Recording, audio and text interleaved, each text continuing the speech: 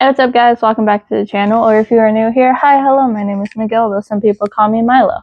And today we are going to be watching 3 school lockdown horror stories animated by MJV Animations. Again, I love his channel so much. I think him, along with animated horror, I believe it's films, is like the best channel that I've came across, just because like they do their animations so good. So, yeah, this is also a thank you to my subscribers on my Spirit Wolf Horror channel. Thank you for getting me to 400 subscribers. I know it's not a lot, but I mean, still thank you, because I mean, I've been doing this channel for a while now. So yeah, and again, if you guys see that I have a baby, it is a baby doll. He is not a real baby. I have ADHD, so if you see me like going like this or messing with him, that's just because that gets me through these videos, because I cannot focus the right way if I'm not doing something, and a lot of people don't like me clicking the pen. So yeah, so this is 3 school lockdown horror stories by MJV Animations.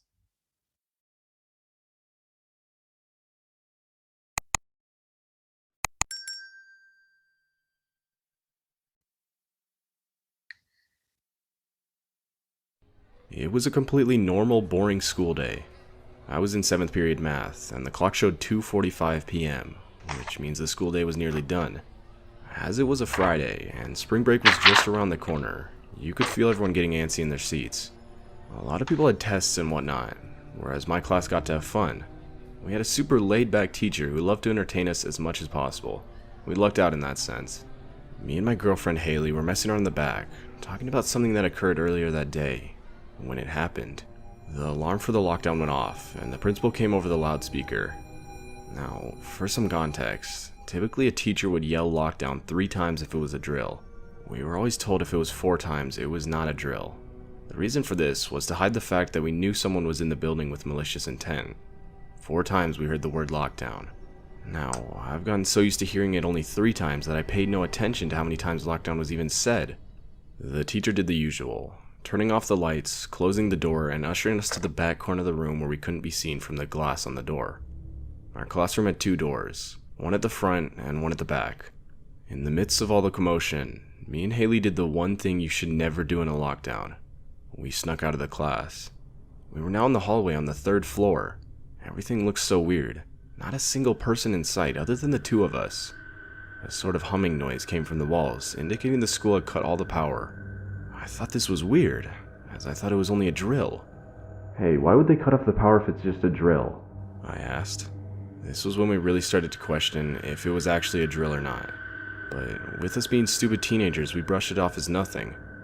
We continued roaming the halls when we started to hear a sound. We got really creeped out by this, as no one was supposed to be outside the class. Fearing it was a teacher, we ran into the nearest bathroom to hide. We ran into the 4th stall that was tucked into the corner and hid. We sort of just sat there, giggling, thinking we outsmarted the teacher. Maybe about 30 seconds had passed, and we started to hear the footsteps again, but this time much closer. My heart froze. We could tell it was right outside the door. At this point, we were sure we'd been caught. We kept as quiet and as still as possible, hoping not to make a sound. It was really weird though. The person outside hadn't come in yet, but they hadn't left either. If they left, we would have clearly heard their footsteps leaving, but we never heard them. Haley pointed this out to me, and that's when we started taking the situation a bit more seriously. The door opened, and someone stepped in. I was about to walk out of the stall and apologize for sneaking off when Haley stopped me. She whispered to me, "Isn't it protocol for teachers to ask if there's anyone in the bathroom?" She was right. This wasn't normal teacher behavior, and that's when the heart-dropping realization hit us. Whoever was in the bathroom with us wasn't a teacher. While contemplating what to do, the silence was broken. "I know you're in there." My heart dropped as the person said that. The voice was younger, and it obviously wasn't a teacher. We were practically crying at this point, unable to hold it back. The guy was now directly in front of the stall door. He started pounding on the door and screaming like a madman.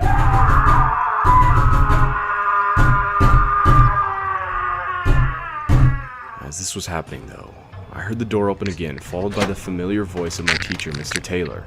Hey, what the hell are you doing? I heard a scuffle outside, and I immediately rushed to aid my teacher.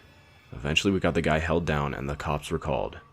Apparently, the man was an escapee from a mental asylum near the school, and thankfully, no one got hurt. That is extremely creepy. And there's an ad. But why would they have a mental asylum next to a school? That's my question.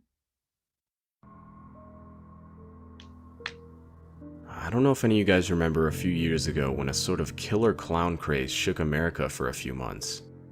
Well, this all happened during that time. I always remembered me and my friends thought it was funny, and we'd always watch those clown caught on camera videos that were really popular at lunch. Although, our laughter turned into fear when we were made aware that a few of those clowns on Twitter threatened to come to our school at 11 a.m. that day and quote-unquote kill all of us. Luckily, the school picked up on this, and they sent out emails to the parents that they had scheduled a planned lockdown at 10:30 that day in response to the threats. I was sitting in history class when I heard the familiar sound of the lockdown alarm, followed by the teacher rushing to the windows and door, locking and closing them. Even though initially the threat freaked me out, I wasn't worried at this point.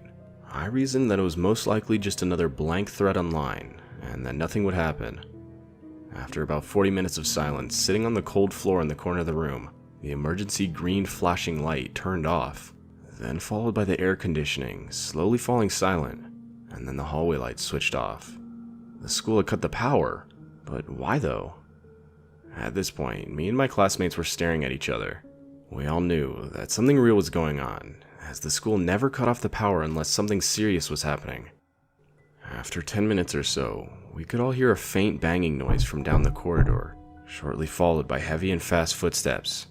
Someone was running down the hallway. They started banging on the lockers and screaming. At this point, a few girls started quietly crying. Just then, the most terrifying thing ever happened.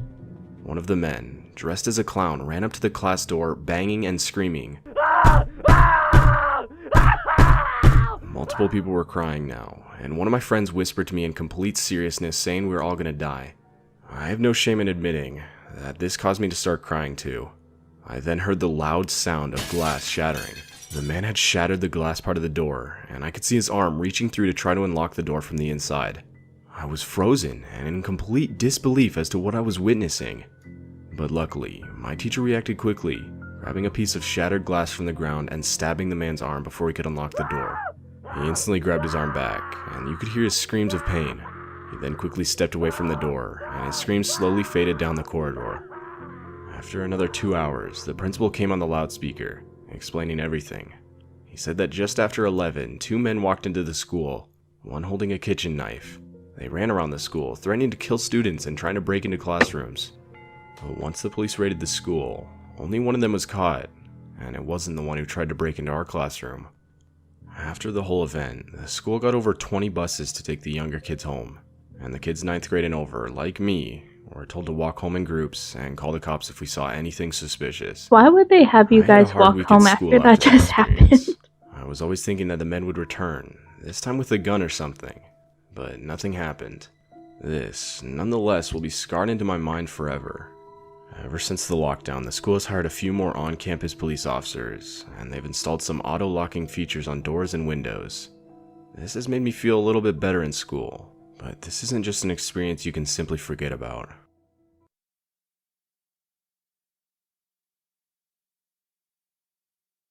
I live in the middle of nowhere. The school I go to has maybe 500 students in total.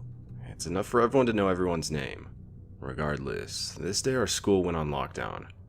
That familiar, yet eerie chime of our principal's voice saying to remain in our classes until further notice rang through the building over the intercoms. His voice was surprisingly calm, especially considering the fact that he didn't even say it was a drill. Despite our little town, crime isn't completely unheard of. We've had our fair share of reported break-ins, robberies, and even some gang activity. "I bet it's a robber down at Chase Bank," my friend Kyle joked. I laughed, and we started talking about what we actually thought the whole lockdown was for. Kyle's voice was beginning to get louder, only interrupted by our teacher, Miss Sander herself, shushing him. It had now been about 10 minutes of complete silence, but like most high schoolers tend to, we all lost our patience. Everyone was now talking softly to whoever they were sitting next to at this point. Just then, we all heard it. Footsteps. Not just one pair, but a few walking down the hall. We all went quiet, knowing that something was wrong, and if this was a drill, it would have been just one pair of footsteps, that being the teacher checking on the classrooms. Even Kyle, who had previously been talking, grew silent. Miss Sander moved slowly to the doorway, peering out from behind a corner. The heaviness in the air was suffocating. Just then, we heard footsteps again, seemingly doing another lap around the school. A girl across the room let out a muffled sob of fear. I focused my attention on the door. I was leaning out from behind a table to peer through the window to see if I could see anything. I'm not sure what I expected to see, but whatever I was expecting, a whole lot of nothing was not it. The hallway was empty and completely dark, as it tends to be when no one was in it. The lights were all automated in my school, but just then, I noticed some of them turn on. A wave of yellow light instantly filled the room as we huddled in, casting shadows against the rows of desks. Someone somewhere tried to calm the crying girl, but I could hear their own murmured voice waver. I was still looking through the door's window from a distance at this point. But of course, as I was doing this, I saw someone walk up to the window and start looking through into the room. I instantly ducked back down behind the table the whole class was hiding behind. I felt my heart beat wildly as I heard the sound of the doorknob start to shift. My vision grew static as I pulled my knees to my chest, curling up tightly in the corner of the room. The door shook as the guy banged on it repeatedly, and as he was doing this, my biggest fear came true. The door hinges gave out, and this guy proceeded to walk into the classroom. All of us went silent, praying this man wouldn't walk over to the corner of the room and see all of us hiding behind this table. About a minute passed of just this guy standing there, and we could hear someone else sprinting to the door, followed by the words, Dude, we gotta go. The cops are already here. That's when I heard the guy start running out of the room and down the hall. The cops came, and a little later that was it. The guys who entered the school were never caught, and apparently they were armed with guns. The story goes that one of the kids at my school tweeted at a gang, essentially making fun of them the night before that school day.